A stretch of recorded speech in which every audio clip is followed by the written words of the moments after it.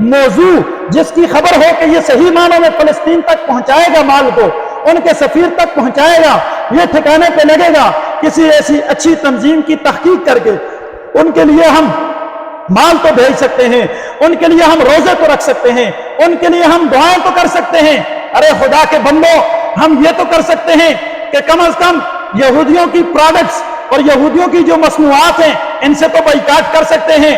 آپ کو خبر ہے آپ کے کوکا کولا سے، ہر بوتل سے وہ 2-4 روپے جو یہودیوں کی کمپنی کو پہنچتے ہیں، وہ 4 روپے مستقل انہوں نے فنڈ لگائے ہوئے ہیں، وہ فلسطینیوں کے خون بہانے میں لگ رہے ہیں۔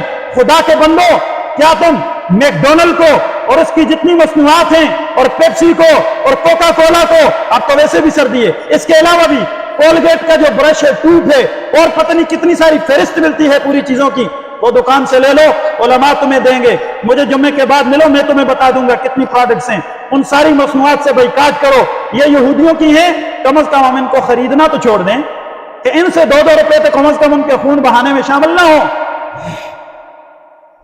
اگر سارے اسلامی ممالک اس پہ بھی آ جائیں نا تو یقین جانیں یہودیوں کو ان کی نانی یاد آ جائے۔ یہ کوئی معمولی بات تو نہیں ہے، ہم یہ تو کر سکتے ہیں۔ اللہ تو دیکھ رہا ہے ہم کمزور ہیں، بے بس ہیں، ہم نے اپنے مسلمان بھائیوں کے لیے روزہ رکھا ہے، ہم نے اپنے مسلمان بھائیوں کے لیے نفل پڑھے ہیں، ہم نے اپنے مسلمان بھائیوں کے لیے ڈونیشن کی ہے، فنڈنگ کی ہے، پیسے لگائے ہیں۔ اللہ ہم جا نہیں سکتے، ہم نے اپنے مسلمان بھائیوں کی محبت میں تیرے دشمنوں کی تمام تر مصنوعات کا بائیکاٹ کیا ہے، اور یہ تو کر سکتے ہو خدا کے بندو، کرو گے انشاءاللہ؟ اونچی آواز سے انشاءاللہ، اور اونچی آواز سے انشاءاللہ، دونوں ہاتھ اٹھا کے کہو انشاءاللہ، بلند آواز سے انشاءاللہ، یہ تو کرو گے نا انشاءاللہ؟ اور یہ تو کر سکتے ہیں ہم، یہ تو ہمارے بس کی بات ہے۔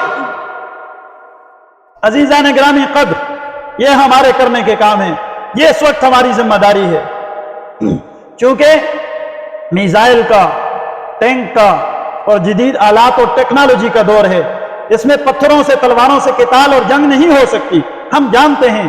وہ ان کے لیے بھی یہ پیغام ہے، اسلامی ممالک کے جو جتنے بھی حکام ہیں، سالار ہیں، سپہ سالار ہیں، جتنی بھی مسلمان امت کی فوجیں ہیں، جتنے اسلامی ممالک ہیں، وہ تھوڑا سا آنکھیں دکھا دیں۔ خدا کی قسم، یہودی کچھ بھی نہیں، ان کی تو اپنی کوئی اسٹیٹ ہے بھی نہیں۔ اللہ کے بندو، مغربی تہذیب پوری کی پوری، مغربی کنٹریز جتنی بھی ہیں، وہ ساری اسرائیل کے ساتھ کھڑی ہیں۔ ہمارے راہ میں، ہماری ریاست میں، وہ ایشیا سے مراکش تک میں جتنے اسلامی ممالک کی لڑی ہے، ان کو اگر آپ نقشے پر دیکھیں تو اسرائیل ایک نقطے جتنا نظر آتا ہے، اتنا سا، اس کی کوئی حیثیت نہیں ہے، سوائے ہندو بنیے گے، سوائے ہندو بنیے گے، آسان کر کے دسا، سوائے بھارت کے، جن کے جو کنجر ہیں نا وہ ہمارے نوجوانوں کے ہیرو ہیں، جن کے ہستے بڑھیرے لوگ کیا آتے ہیں، جیسے فلمہ گانے پہ کام کرنے لیں کو کنجر آتے ہیں، کیا آتے ہیں اسی ساری زندگی جو نا کو کیا آتے ہیں، کنجر آتے ہیں۔ فلم ڈرامے پہ کام کرنے لے کون ہونے کنجر ہونے جانے ہو، سٹار نہیں ہوتے، سٹار محمد بن قاسم ایسا، سٹار صلاح الدین ایوبی ایسا، سٹار تو اس امت کے خالد بن ولید تھے، وہ سٹار تھے، وہ ہیرو تھے اس قوم کے، یہ تو ہمیں بلا دیا گیا، تم ان کی نقل کرتے ہو۔ پتلون جنوا تو پھاڑی دی، ایسے نوجوانہ سن، پتلون لائی دی، وہ بھی تو پھاڑی دی، کہ یہ ایک فیشن ہے، یہ چیز ہے، شکر ہے گھوڑے تو پھاڑی دی ہے، یہ پتلون کا سوری جی جو پھٹی دی دہن تو بھی پورے چیر کے کھلتے دیں بے حیا کا سجی، یہ فیشن ہے۔ رنگ لائے دن سرت کے لائے دن رنگ، یہ کیا ہے فیشن ہے، کیسے جی فیشن، بالیاں بائی دی، کڑیاں سن جوکر دے بوٹ لائے دن، جنیاں دے کڑیاں سن جوکر دے بوٹ لائے دن، تو جنیاں سن گٹ کیتے دن، اے فلسطین دے مسلمانہ نے کھل کے جہاد کرنے جو گرے دن، انہاں دے پتلون پھاڑ کے فیشن نہیں کیتے، اور جاگو جنے خدا دے بندو، اس تو نکلنے دی ضرورت۔ یہ میں آپ کو ہنستے ہنستے بڑی دل کی بات اندر کے درد سے کہہ رہا ہوں، ہنستے ہنستے میں آپ کو درد دل سنا رہا ہوں۔ آپ جانتے ہو کہ ہماری یہ تاریخ نہیں تھی، ہم نے اپنی اس کو بلا دیا، ہماری ایک تاریخ تھی،